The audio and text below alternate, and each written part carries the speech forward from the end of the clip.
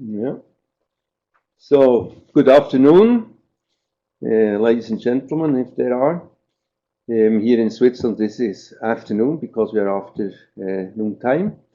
My name is Max Abbey, and the purpose of this first webinar of the Swiss Spine Institute is about the XLIF, is to make participants recognize that XLIF is a quite new minimal invasive approach with limited indications because there are complex anatomical conditions, specifically in the lower lumbar spine, the lumbosacral area, because the lateral approach is obstructed by the iliac crest. And the second very important anatomical situation is the plexus, the nerve anatomy around the psoas muscle when you come from the side. So the advantage of this technique, obviously, is that you can not only do fusions, you can put cages with optimal buttress, but through this you can do an indirect decompression, and through that you can also do some segmental correction if you have a deformity. So we will talk about these different aspects and about the possibility of supplemental fixation. And if you want to do this technique, it is advisable to use a neuromonitoring. And also about this, we will talk in this webinar. So the program is the following. The faculty is Dr. Christian Etter. He is the organizer of the meeting, and he is from the Swiss Spine Institute, the president.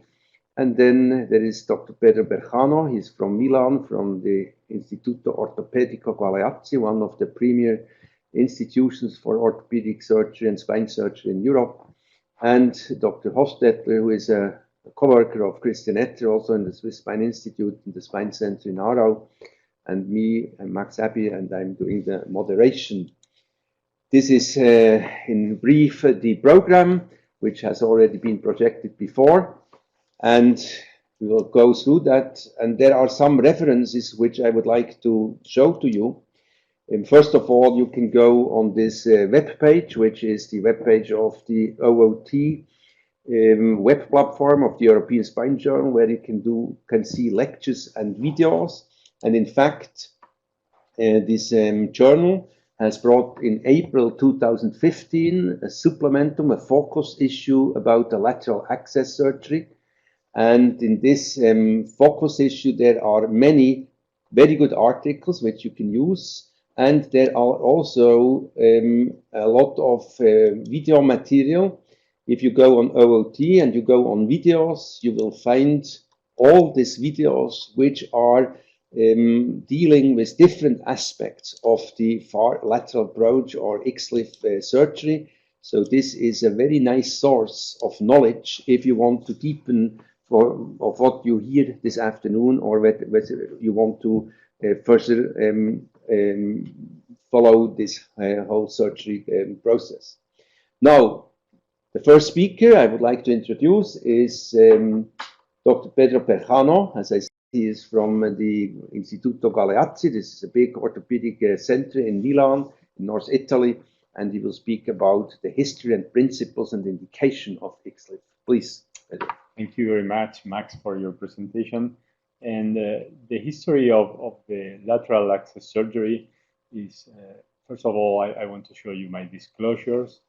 And the history probably starts in the late 90s, when some global interest in laparoscopic surgery and in retroperitoneal endoscopic surgery existed. And the first attempts to use a lateral approach were in this modality, but probably the single individual that most innovation brought to lateral access was Luis Pimenta from Brazil.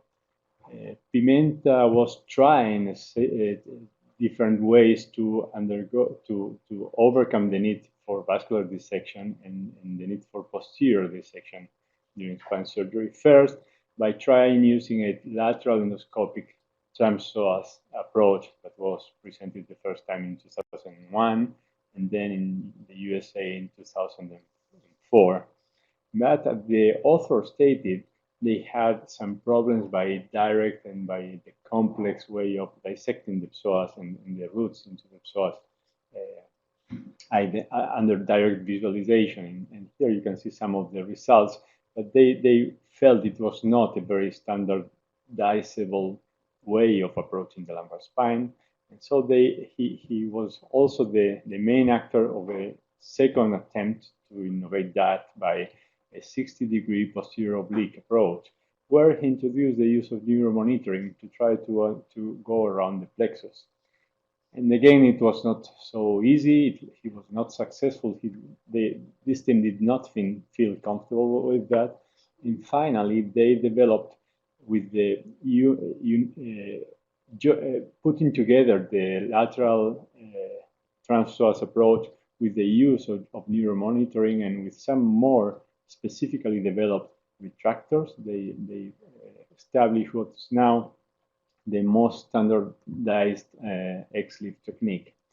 The first paper in the literature has been published in 2006, and it tells the experience with a standardized technique since 2003. Here you can see in this first video, it's going to take a second to start, how looks the skin incision is about 3 centimeters, so use the electrocautery to open then you make a series and then of proceed dissections through the second and third layer of muscle. And so valves as the reading, the neurovision is connected to the posterior. And in this next video, you can see an animation on how the use of neuromonitoring can help. So through dilation and some systems directional or not, stimulation of the plexus, you can record how close you are to the nerve roots and to the branches of the plexus, and so you can record signals of proximity or of security in your approach. In this next video, you can see one of the other X-ray main position aspects of the XLIF trial. uses a It's very a way large that it cage comes out with some as the implant goes into the disc material space. to avoid That's only for graft from avoiding falling the around. graft material You to can see how go this out of tubular the retractor cage gives while you access hammering. only to the disc, and allows for Hammering must delivering be a very gentle large when footprint implanting cage, the which has, definite inside. certain We control by biomechanical X-ray advantages, the as you can position. see here. This is a fragment of one of the old T videos that Professor Avi mentioned in his presentation. So going further with the presentation, what are the principles of the lateral approach? The first principle is to follow an atraumatic wall dissection, because you have also some nerve structures that are at risk, or you can cause a denervation of the abdominal wall if you do undue traumatic maneuvers in this first layer. The second principle is to develop the retroperitoneal space by blunt finger dissection, and you do it blindly. It is quite a safe way to proceed. The third step is to pass through the psoas with safety, and there are a couple of different techniques under direct visualization, but most surgeons prefer using neuromonitoring to get information on the distance to the plexus. And maybe this aspect can be more in depth discussed after in the discussion. One very important principle of lateral access surgery is to preserve the anterior ligament, because it acts like a tension band around the cage, giving additional stability, and second, because without the anterior ligament, you can have a sort of fish mouth behavior of the disc, and you can be unable to hold a lateral cage into the disc space. End plate preservation is one of the most important goals of the surgeon, because all the indirect decompression, all the deformity correction, and most of the ability to fuse the spine in a good position depends on preserving the end plates to avoid subsidence of the cages after surgery. This easier with the use of a large footprint cage that spreads the pressure through a much larger surface, so avoiding subsidence. I have. Maybe the technician can help us to go on with the presentation. Okay. I like to distinguish the principles from the opportunities that the XLIF gives to surgeons. And by opportunities, I mean new things you can do, which were more difficult with traditional cages. The first one is gaining good realignment just by cage positioning. And this is especially true for kyphotic collapsed discs, where you can gain some lordosis, but especially for degenerative scoliosis, where the asymmetry in most cases comes from the disc. And so just by positioning a cage, you can fix the coronal deformity. The second opportunity is indirect decompression. And it's true both for lateral recess stenosis, but especially for foraminal stenosis. And to my understanding, XLIF is one of the best techniques to treat foraminal stenosis. The third one is, and this is a much more advanced use, but it's one of the most exciting innovations that lateral surgery can bring to your patients, is the opportunity to give large corrections in sagittal plane by anterior release and hyperrobotic cages. The XLIF approach is not indicated to approach L5S1 because of the spatial anatomy of this segment, and in some cases of transitional anatomy in L4, L5. For the rest, in my experience, the L4-5 segment is one of the most frequently approached ones, and we can also discuss at the end of the seminar on how all of us deal with the L4-5 space to make it safe. Probably a formal contraindication is the extensive bilateral retroperitoneal scar, having vascular abnormalities that impede you to go from one and from another side. It's also difficult to use above T5 in the upper thoracic spine, and also it's contraindicated for high-grade spondylolisthesis. What are my best indications? The one I prefer, and especially for a beginner, if you are starting doing XLIF, the first thing you have to try is to avoid safety issues. So my first case would be an L2-3 or L3-4 case, and you can look into your patient's pool on patients with junctional disease above an L4-5, L5S1 fusion, or patients with a lateral disc collapse with modic 1 changes or with painful disc, or in patients with just a painful disc at L2, 3, or 3, 4. These are excellent indications to proceed with lateral fusion. Also, a more advanced but very, very effective scenario is discogenic pain, also in the L4 level, and foraminal stenosis. As I told you before, foraminal stenosis is one of the best indications of indirect decompression by a lateral cage. Revision surgery in patients with epidural scar is for me an excellent indication for an anterior approach, and if you are working at L4-5 or higher, the lateral is indeed my choice.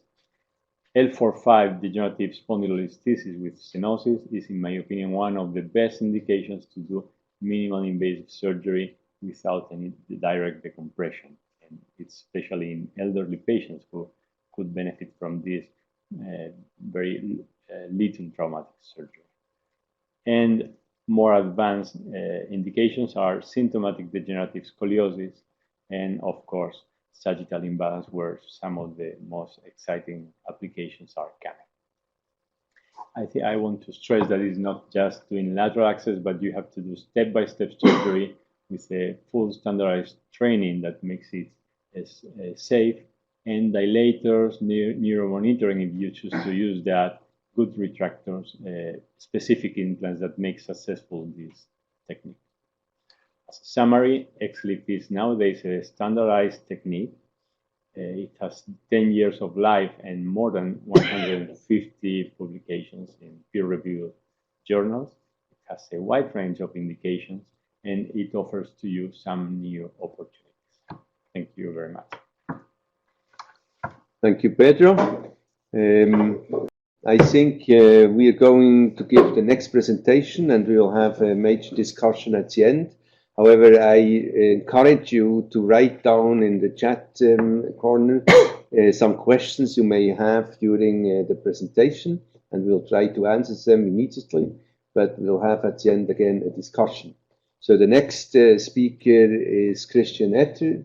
He's going to talk about the anatomical consideration and the surgical technique. Please, Christian. Nowadays, the surgeons have a lot of choices to approach the spine. Transperitoneal, retroperitoneal, as you can see here. Then we have the posterior approaches, PLIF, TLIF. And now the discussed approach, retroperitoneal, transpsoatic to the spine, XLIF. You see it very well. It looks here quite easy. You go through the retroperitoneal space, as shown here, and then you touch the psoas muscle. And this is quite a good picture, how you should insert the cannula where you after put in the K-wire through the hollowed cannula.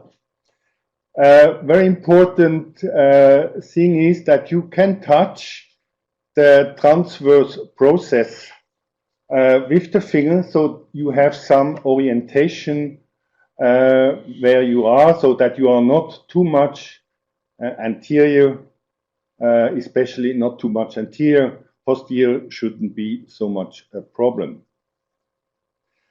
Here we speak about the cage position. That's very important according to the very complex nerve anatomy of the plexus lumbosacralis, as you see it here. That's like a big central station with a lot of rows, and you see this is all inside of the psoas muscle, and it's less above L4 or L3. That's individually.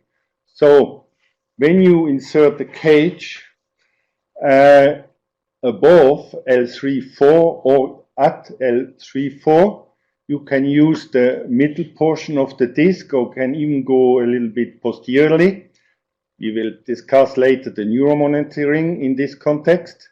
Below L3-4, we are much more in danger with the plexus, as you can see it here, with these big nerve roots. And here you see very clearly L4-5 is the most dangerous level regarding injury of the plexus.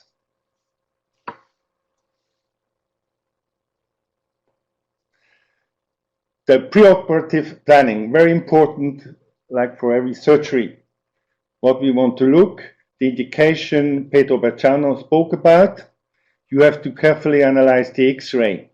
What you want to see in the X-ray is the height of the iliac crest. You see here an example where the iliac crest is higher than L4-5. So in this case, it's already doubtful to approach the level L4-5. Then you have to look to the approach side. You see also here we have an individual situation, even from one side to the other. From this side you can do the approach, from this side it will be difficult, even if we have now angled instrumentation for this kind of problems to approach L4-5. What I want to show you is here, analyze the MRI regarding the plexus. You see here the iliopsoas muscle, here, and then you see here the plexus. And here you see the same. Here you see a teardrop psoas muscle type with the plexus going quite far in the front side. So you already can be warned that you will have an approach problem on the level L4-5 in such a patient. Eventually, you need the CT scan to analyze osteophytes or spondylophytes, that if they are ankylosing or not. Here you see level dependent how we study the plexus. Let's start L1-2. Here is the psoas muscle, very slim. Then L2-3 also. Here it starts with the plexus. You can see it here. Fat tissue surrounding the plexus lumbosacralis. And here you see it very well in the level L4-5.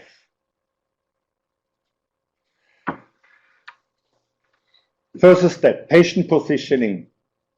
Lateral, you open the interval by bending the table, so you never need to, when you approach the lumbar spine, to resect the rib. Then very important to relax the psoas muscle on the ipsilateral side at least, and you tape the patient in this lateral decubitus position.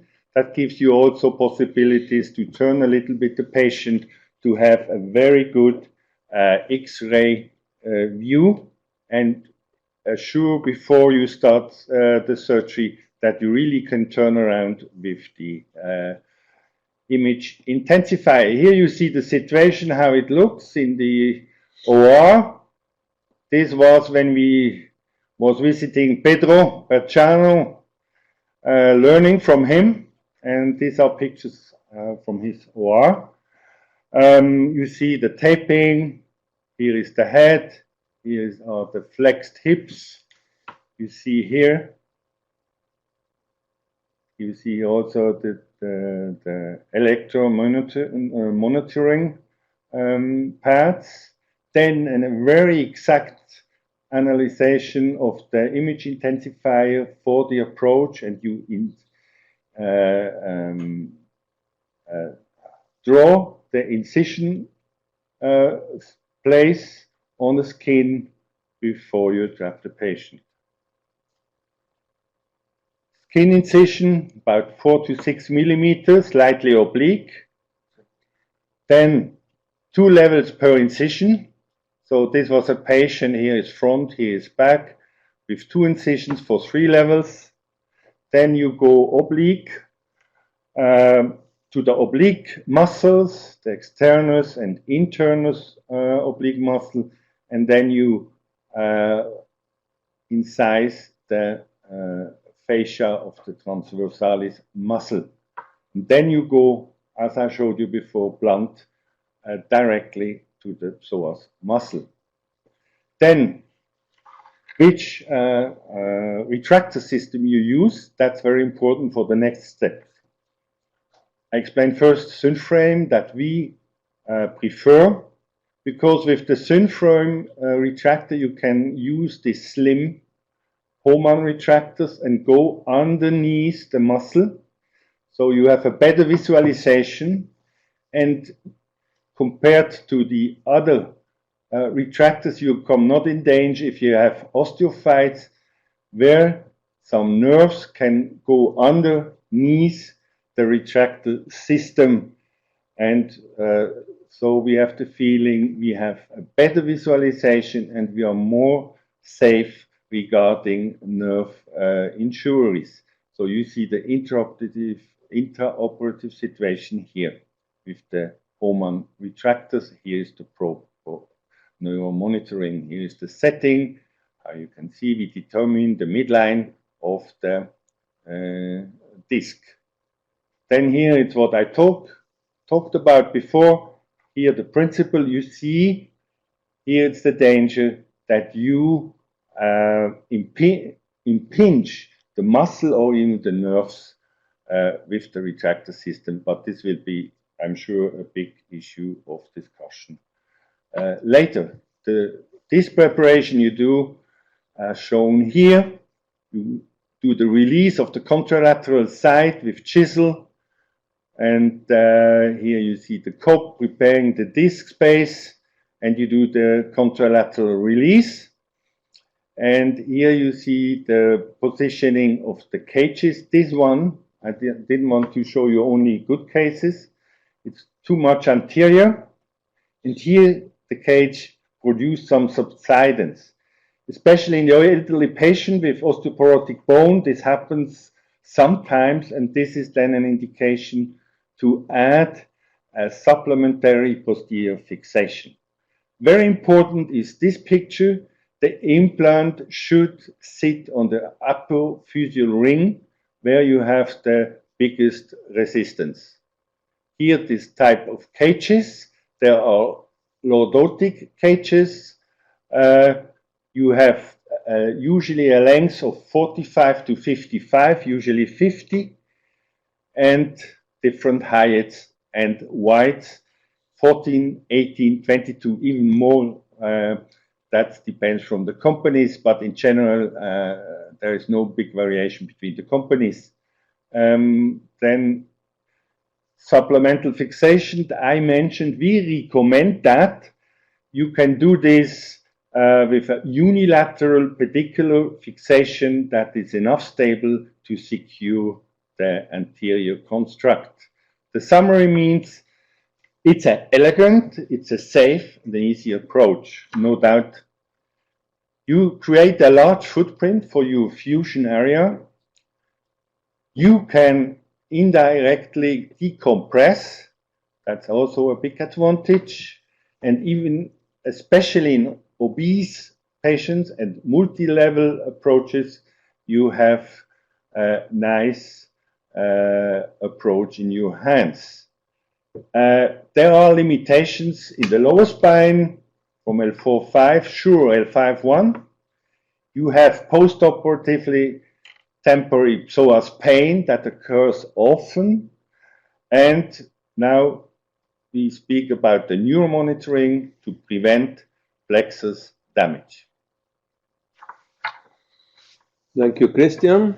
So we will continue with the next presentation, which is concerning the electrophysiological principles and the role of neuromonitoring. As I mentioned at the beginning, this is key in this surgery, and we'll hear from Dr. Hofstetter about the principles and how this is working. Please.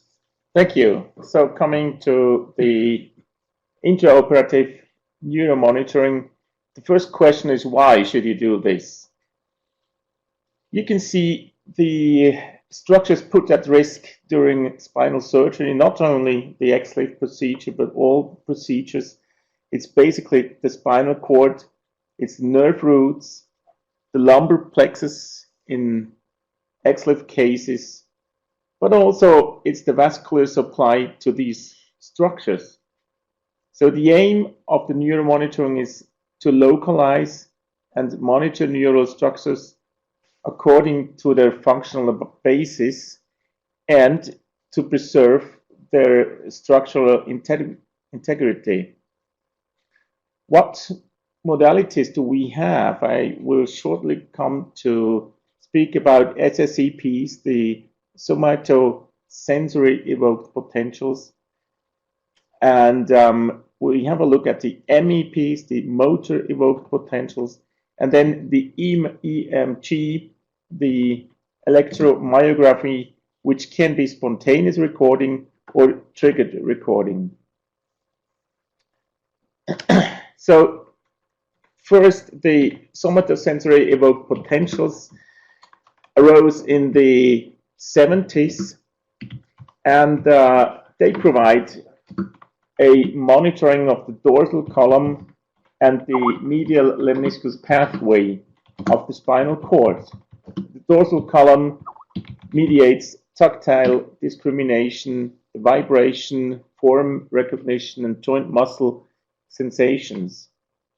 So remember, we only record a part of the spinal cord functions. The nerves used in the upper extremities are mostly median nerve or the ulnar nerve. In the lower extremities, you use the posterior tibial nerve or the peroneal nerve.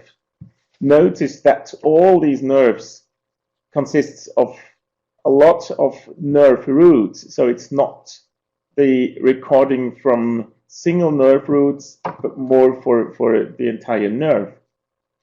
And the signal comes from scalp electrodes.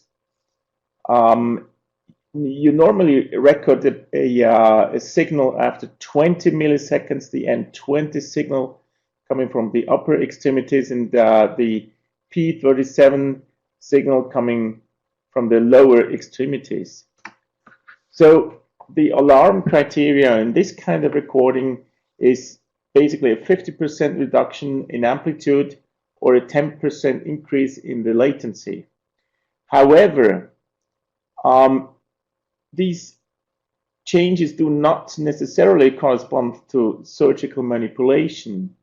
They could also be due to anesthesiological reasons, like the use of halogenated agents, nitrous oxide, hypothermia, hypotension, or there might be interference from electrical devices used in the OR. There was a large multi-center survey in 1995 showing a very high sensitivity and specificity of the SSEPs. The survey consisted of over 50,000 patients. So SSEPs are good as a continuous recording of spinal cord functions, but less good for monitoring the single spinal nerve. And that's why in the 80s, another method arose. It's the motor evoked potentials, where you put high voltage pulses transcranially, and you could elicit contralateral motor activities in the corresponding muscles. So these MEPs provide the monitoring of the cortical spinal tract. And you notice that not only anatomically it's different paths or pathways in the spinal cord, but also according to the blood supply. You have the dorsal recording posterior from the SEPs, and the ventral or lateral tracts are recorded by the MEPs. And since it is motor evoked potentials, these kind of recordings is more sensitive towards postoperative motor deficits. The alarm criteria here, there are several. You can take in all or nothing criterion, you can take the amplitude, the threshold shift criteria, or morphologic criterion. But also in this, you have a huge influence of the anesthesia, which makes interpretation not always easy. Here you see the muscles usually recorded and the corresponding nerve roots, of which you in most of the cases have one root with a maximum level. And then there is the electromyography. You have spontaneous signals coming from surgical manipulation, such as pulling or stretching or compressing of nerves, and that leads to an activity in the corresponding muscles. Many times these kind of monitoring is automated using a computer device. So you only put the electrodes and you have a continuous monitoring. But also you can have the triggered EMGs, and this is used for the XLIF procedures, as well as, for example, the pedicle screw stimulation. The EMG monitors peripheral nerves and also here you have a lot of pitfalls. You have also indirect manipulation of neurostructures, like in correction of scoliosis or even vascular interference to your monitored structures. So in all, best monitoring, of course, is a multimodal monitoring, where you consider your structure at risk, and in the case of lumbar procedures, you might not only monitor the roots via EMG, but might also considering having a continuous recording with SSAPs or even motor evoked potentials. And here, this is to show specifically for XLIF procedures, the structures at risk. This is starting with the genital femoral nerve and the lumbar plexus you want to monitor, as well as the single nerve roots. So, in conclusion, the multimodality neuromonitoring is highly valuable in prevention of neurological injury during spine procedures. SSEPs, MEPs, and EMG provide a highly sensitive and specific diagnostic tool for preventing postoperative neurological deficits. And you might consider an interdisciplinary approach, especially when starting with intraoperative neuromonitoring, as there are quite some pitfalls. Thank you. Thank you, Dr. Hofstetler. We'll go to the next presentation, which is dealing with tricks, traps, and potential complications.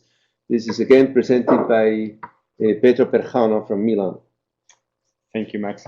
It's tricky to talk about tricks, but I will do my best. And actually, rather than tricks, I think that lateral access surgery depends on a lot of attention to detail to get reproducible and safe results. So the first thing is patient positioning. This is the standard patient positioning on a table that allows for a break. And the first thing is that we usually tape the patient to have everything radiolucent around the patient. The second important thing is to bend, to flex the hips in order to relax the psoas and the plexus. And a very important thing is that the patient is exactly orthogonal to the operating theater. And I will explain it better. The table break is positioned below the iliac crest, and so you can see how the patient can have some tilt to bend and to have the iliac crest getting apart from the ribs. Is the audio okay now? Because there are some. Okay, we have nice audio. Thank you for your feedback. So in this picture, you can see a very early case. Nowadays, we avoid so much table breaking because it puts too much stress on the psoas muscle. So a very important thing is that the patient is orthogonal to the room, and you can have to be able to get a perfect AP view of the spine with a centered spinous process among the two pedicles, and you have to be parallel to the end plates in order to see if you are penetrating the end plate during the procedure. And for the same reasons, you have to be able to have a perfect lateral view of the spine with only one posterior wall, with only a line depicting the end plates of the disc, and without a double pedicle image. And this is the opposite. So you have to get this. And you have to get this with a perfectly vertical C-arm in order to not needing to move around and change your position. When the patient is perfectly positioned, you work only vertical. And being vertical tells you that you are going in the right direction. It's very important for safety. The last indication is to adapt the sagittal tilt of the C-arm when you are watching an AP view to be exactly in the plane of the disc. And that's to allow you for a better depicting the end place and being able to see when, for example, with a cob, you are detaching the end place, but you are not entering the end place. It's very important. Where do I target I usually approach the lateral side of the disc with a blind transpsoas approach with neuromonitoring. And this is because that gives me a very good information on how close I am to the plexus and allows me to be very close without going on the plexus. The target usually is in the union between the posterior third and the middle third of the disc. This is so for every disc. Sometimes for L4, L5, you have to move slightly more anterior to the middle of the disc for L4, L5. And after that, here you can see what the patient has. The patient is in lateral decubitus with the head here and anterior here. And here you can see what's my perfect positioning of the initial dilator. I want to be in front of the plexus, immediately anterior to that. And by doing that, I can retract anteriorly the psoas, and I can keep without any retraction in the posterior direction the plexus. That, in my opinion, enhances my safety while doing this approach. This is what I will not like to do, having readings of closeness of the plexus all around my probe, because that tells me that I'm in the middle of the plexus. And this is also a very dangerous situation where my dilator is posterior to the plexus. In this case, if I fall with my retractor and spread it anteriorly, I can break the nerve roots or the plexus trunks. Once you have gained a good position of your key wire into the disc, usually between the posterior third and the middle third of the disc, you can open the retractor anteriorly and try to be parallel to get a good view of the disc at this level. Here you can see the position, the field intraoperatively. Usually I have a posterior blade, which is in the inferior part of my monitor, and I can probe around to make sure that I don't have any nerves into the field. This would be the disc, and this is some lax tissue beneath the psoas muscle. And so by using the neuromonitoring, I make sure that I don't have any nerves here, so I can cut through the disc, and that I have my nerves behind my posterior retractor. After doing this, I usually prefer proceeding with a annulotomy and then with a box cutter, because one important step here is avoiding losing time with the pituitary rongeur. It's very difficult to explant, to excise a large disc, so it's better to use a square chisel, as you can see here, to cut through the disc in order to retrieve it quickly. In my experience, being fast but being thorough in discectomy, end plate preparation, trialing through the implantation of the definite cage is very important to keep safe the procedure. I don't like using standard curettes. I like using this kind of ring curettes and some rasps in order to prepare the disc, because using large footprint curettes allows you to preserve the end plates of the disc. What to do in L4-5 cases? When you are treating an L4-5 case, you have to see the double image of the iliac crest, and usually the real position of the iliac crest is the average between these two. In this case, this L4-5 case could be addressed with special instruments, as I will show you. The use of angled instruments gives you a chance of accessing L4-5 even in very difficult cases. In this case, you can see how the retractor is placed at an angle respect to the disc, but even so, you can access the disc by using angled instruments that go in the depth of the disc safely. Here you can see the dilator on your left and with the key wire. And here you can see the lateral view of this high crest lateral approach with an angled instrument. And here you can see what's the final position of the dilator, which is fixed into the disc space, and how with special instruments you can access perfectly and detach the contralateral annulus very easily.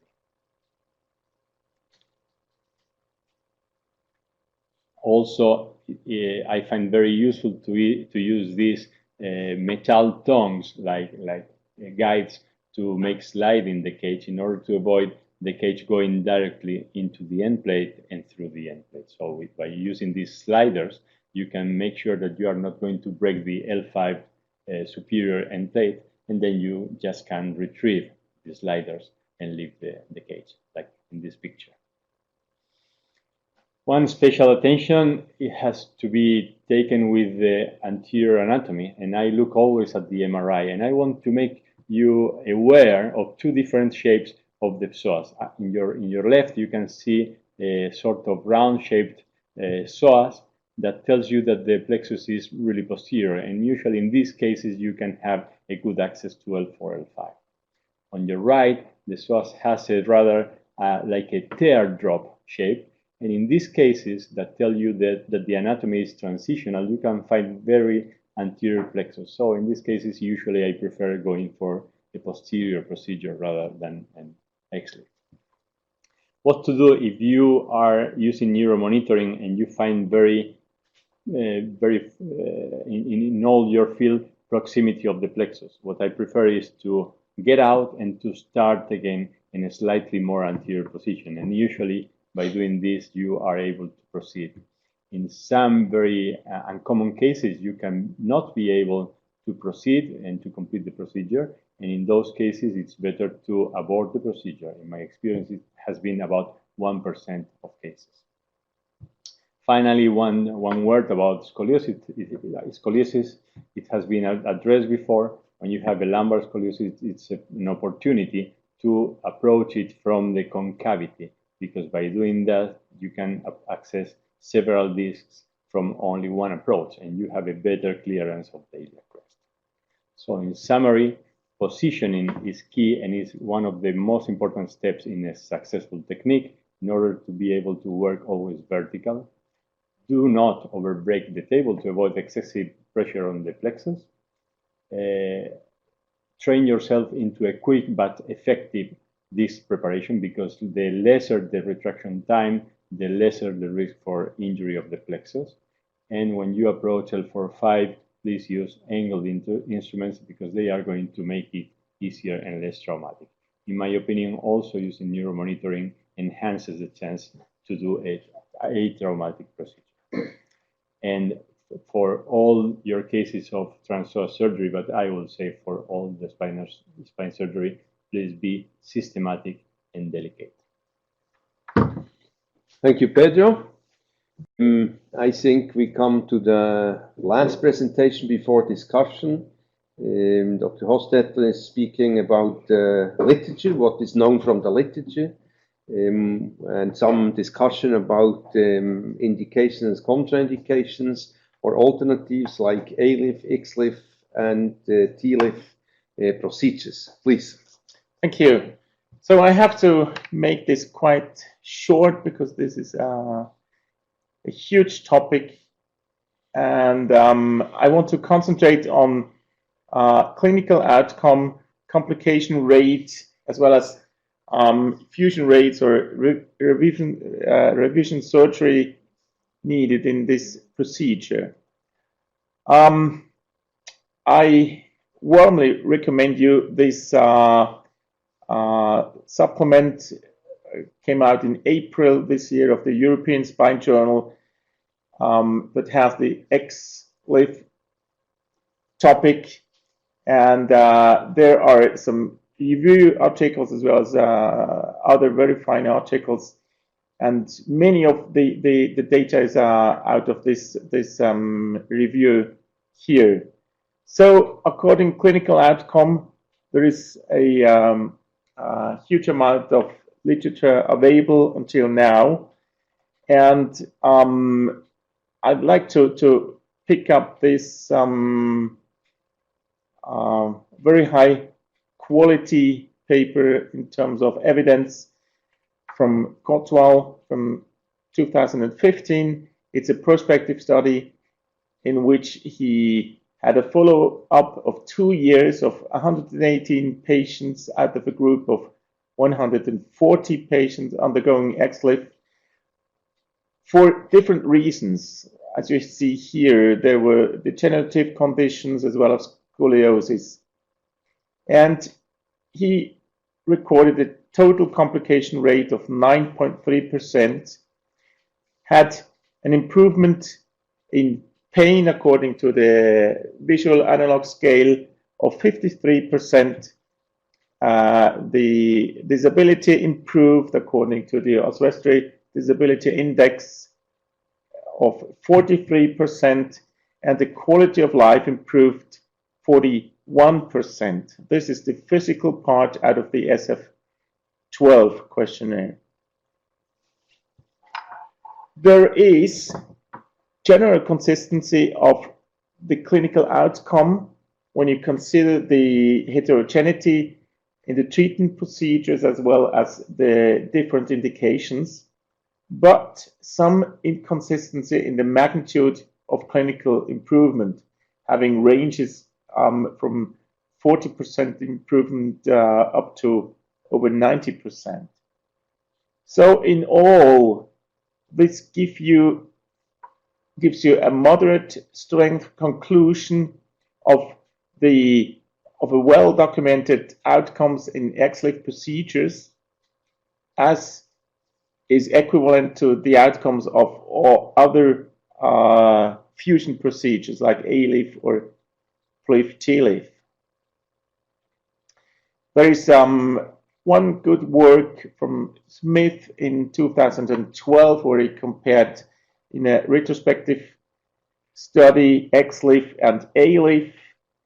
It's the XLIF procedure in darker tone and the ALIF procedure in the lighter tone, and you notice no difference in VIS scale as well as in the disability index. The complications are also recorded very well. A lot of studies have this topic, and you notice that there is a wide variation in the literature concerning complication rates. This might be due to differences in indications, different patient sample characteristics, the numbers of level treated, whether or not supplemental fixation techniques are used, and the use of neuromonitoring, whether or not it is used, or is it an automated monitoring or by a technician. And last but not least, the terminology or the classification of complication is very variable. So there is this good work from 2011. It's a prospective multi-center study from Tochme, where he examined 102 patients undergoing XLIF procedures, and an automated monitoring was used. There were 2% of intraoperative complications, like the perforation of the peritoneum, which recovered spontaneously without surgery. And he reported the following postoperative complications.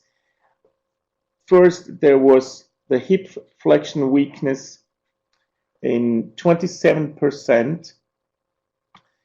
They had a magnitude of 4 out of 5 and resolved within days. So this weakness was considered to be due to direct trauma of the psoas muscle and not due to nerve damage. However, he reported to a 17.6% complication rate of upper medial thigh sensory loss.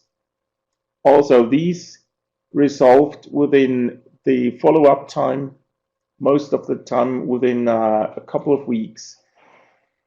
They reported 3% distal motor deficits.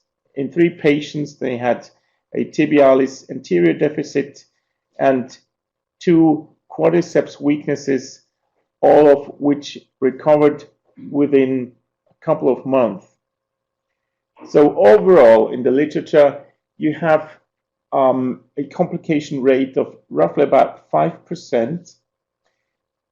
Several studies, and this is quite important fact, several studies found no increase in complication rates when patients with a higher predisposition for complications were treated, like elderly people or obese people.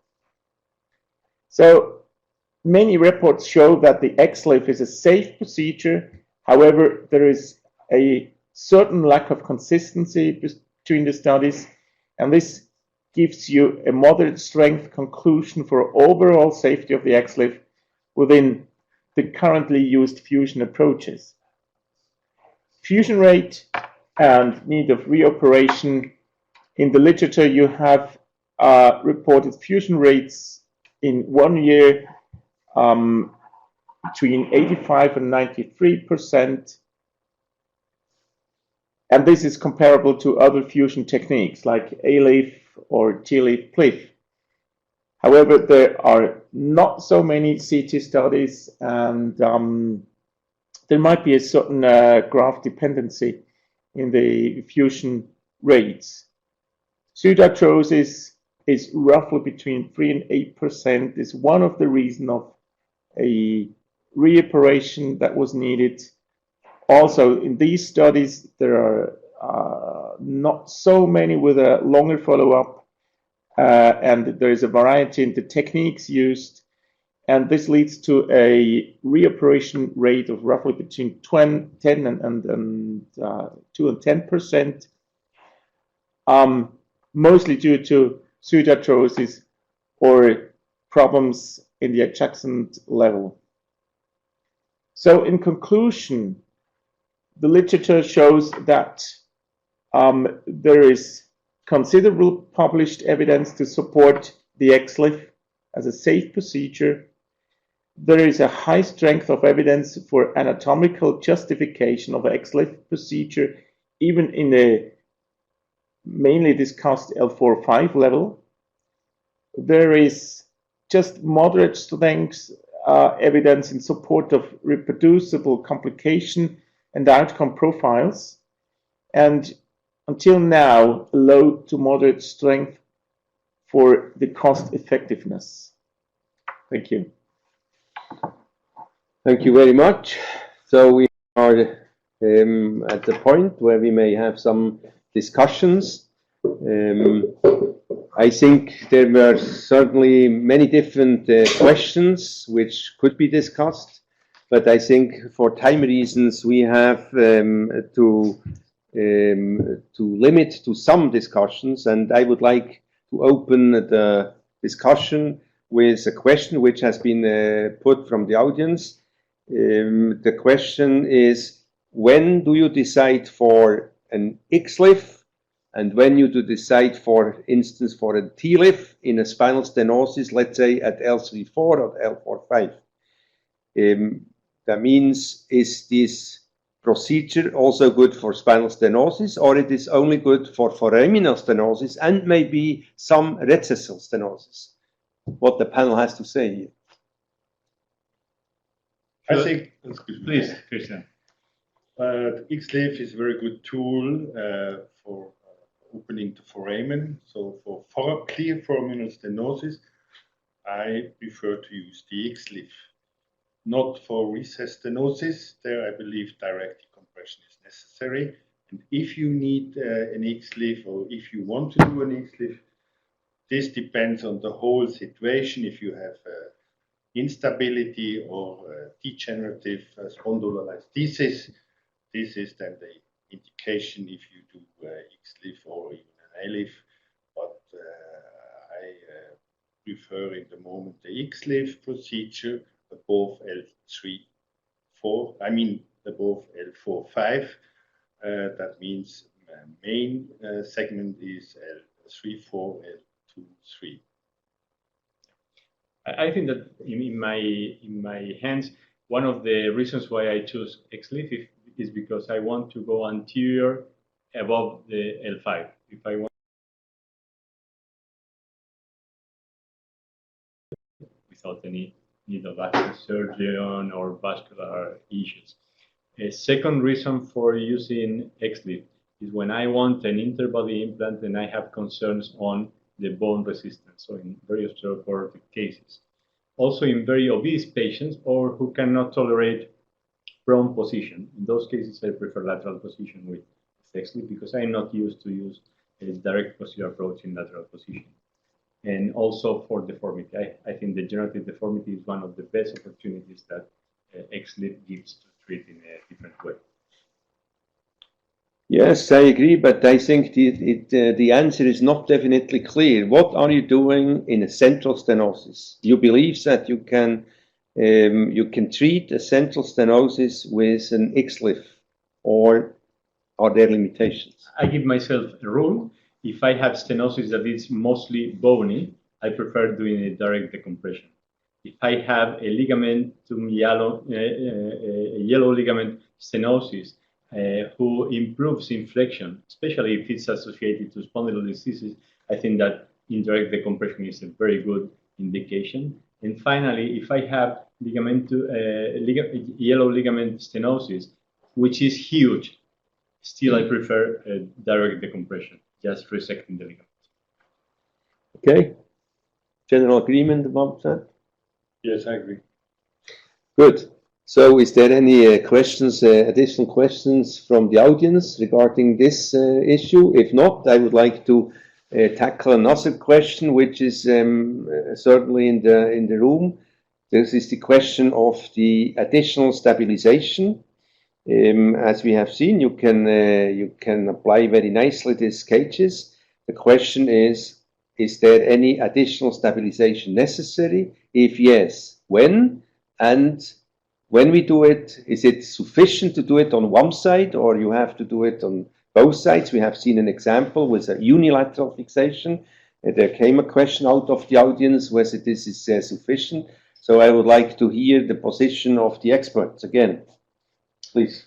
I prefer to always do an addition posterior fixation, especially because we have a patient collective over 60 years old with osteoporotic problems, and the risk of subsidence and loss of correction and then spinal canal problems is too high. So generally I do a supplementary fixation. Maybe I can add some of my preferences. There is one interesting paper by Pimenta that has been published that shows how big cages give more stability, and the same construct with a bigger cage is more stable. So unilateral pedicle screws with an XLIF cage is about the same stability as TLIF cage with bilateral pedicle screws. Still, I prefer reserving unilateral fixation to 1 or 2 segments first. Second, patients with no gross instability before surgery or after surgery. And third, the patient has to have a very good cage. If the cage is not stable enough, or I had some breach of the end plates, I prefer doing, as Christian pointed out, bilateral pedicle fixation. So I didn't hear anything about anterior fixation, because if we have to do an additional posterior fixation with this lateral surgery, then the advantage of this minimal invasive lateral surgery are a little bit diluted. So in my personal experience, in deformities, I agree. If you want to add stability and also some additional correction, you have to go in the back. But in the standard isolated 1 or 2 level fusion, anterior fusion through lateral approach, I don't think you need to do any posterior fixation. You can do that very elegantly with a very small plate, which is in some cages integrated, in some not. You can do an anterior fixation, and You can use pretty long screws, so you have a stable fixation. So I think there is a place for anterior fixation, so you don't need to go in the back and do a classical pedicle fixation. I just want to add the additional unilateral pedicular screw fixation you do in the same position of the patient. You don't change the position of the patient. That's possible to do unilateral pedicular screw fixation. I think that the point that from Professor Ebi is very interesting, because the best results you get is when you do only anterior surgery. The reason why I don't do that is because in a high volume of cases, I will collect maybe some more pseudoarthrosis. And so, I feel that having out of 200 patients, maybe 2 or 4 additional patients with a reason to make a claim because of improper treatment is something that worries me. But as soon as I begin seeing good results published without any posterior fixation, I'm going to follow that. Yes, I think when you go in the literature, obviously you have also quite a high redo rate in posterior fixation. So I think we can have a 2-hour discussion about that. So if there is some comment here, the cage should be out of titanium or tantalum, and there is more resistance against compressive forces with that. Is there any reason from the experts that they may agree with that, or they do not really posit whether it's a PEEK cage? What is the opinion today about this? It's a very simple answer. I mean, the less resistant structure is the bone, the end plate, and it's not so important if you take titanium PEEK. I love seeing through the PEEK. When I look at CT scan postoperatively, I see that the quality of bone healing around titanium probably is better, but I don't have any evidence what's better. I think I have also no evidence, but it is definitely clear that if you consider imaging post-surgical, then you are much better off with PEEKs. And when you have metal, also with the titanium, you have always artifacts, and it is very difficult to make fine distinguishment between, let's say, some disc material, whatever you have in this area. So I think metal cages with this procedure is something you probably are not really looking for. You are looking for something which gives you a good imaging after the surgery. Yes, anything else?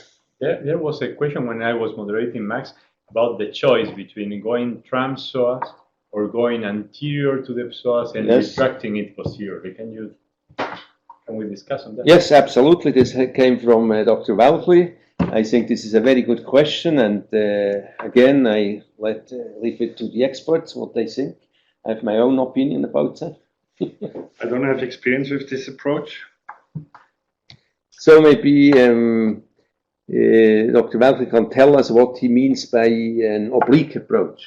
What exactly that He explained me. I saw him just in Eurospine.